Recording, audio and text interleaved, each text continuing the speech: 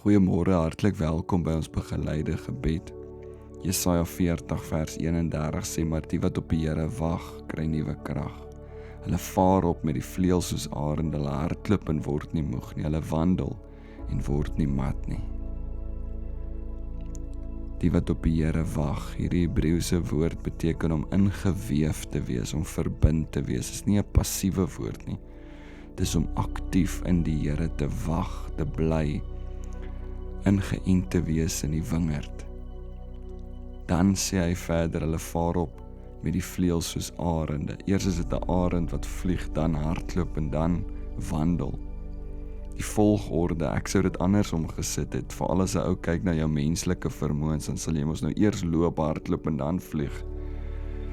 Maar hy begin hier so wat vaar met die vleuels soos 'n arend. Soos 'n arend wat op die golwe van die wind gedra word, so dra die Here my en jou.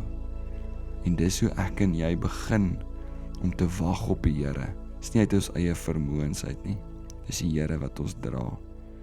So dit begin eintlik by die Here wat hierdie groot oomblikke bring vir ons, maar dan ook wat ons dra met die gewone wandel, stap. Die dae wat ek en jy moet aanhou. Die dae waar die wagtyd swaar voel, die dae waar daar niks dramaties gebeur nie en ek steeds moet aanhou. Kom ons dank nou vir die Here dat hy ons dra deur hierdie stiltye, deur hierdie tye wat ons moet wag. Here, ek wag op U.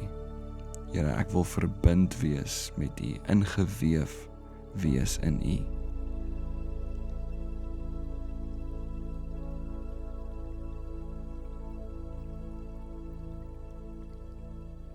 Ek wil jou nou nooi, kom ons bid ook vir iemand anders wat in so 'n wagtyd is. Dalk is dit iemand wat wag vir genesing. Dalk is dit iemand wat wag dat daar weer moet hoop terugkom in hulle lewe. Dalk is dit iemand wat wag dat 'n deur moet oopgaan. Here, ek kom nou en ek bid vir hierdie persoon spesifiek, Here, dat U hulle ook sal dra soos wat die windarende dra, Here. Hulle sal voel, Here, dat hulle kan aanhou, selfs in die doodgewone 'n tree vir tree te gee, Here. Here, waar U moet hoop terugbring in mense se lewens, Here. Ons kom bid nou, Here, dat hulle ook met moed en hoop sal opstaan vir oggend. Dat hulle hierdie dag sal aandurf. Terwyl hulle wag op 'n deurbraak, wag op U krag, Here, dat U sal opdaag in hulle lewe, Here. Dat hulle U nabyheid sal beleef en sal beleef hoe hulle ingeweef is in U. Here, ons kom dankie, Here, dat ons krag is nie in ons eie vermoëns nie, Here. Ons krag is juis om ingeweef te wees, om 'n loot te wees in die wingerd, om te leef, Here, vanuit U. Here, help ons om met daai benadering te leef vandag en hierdie dag ook aan te pak. In Jesus naam, amen.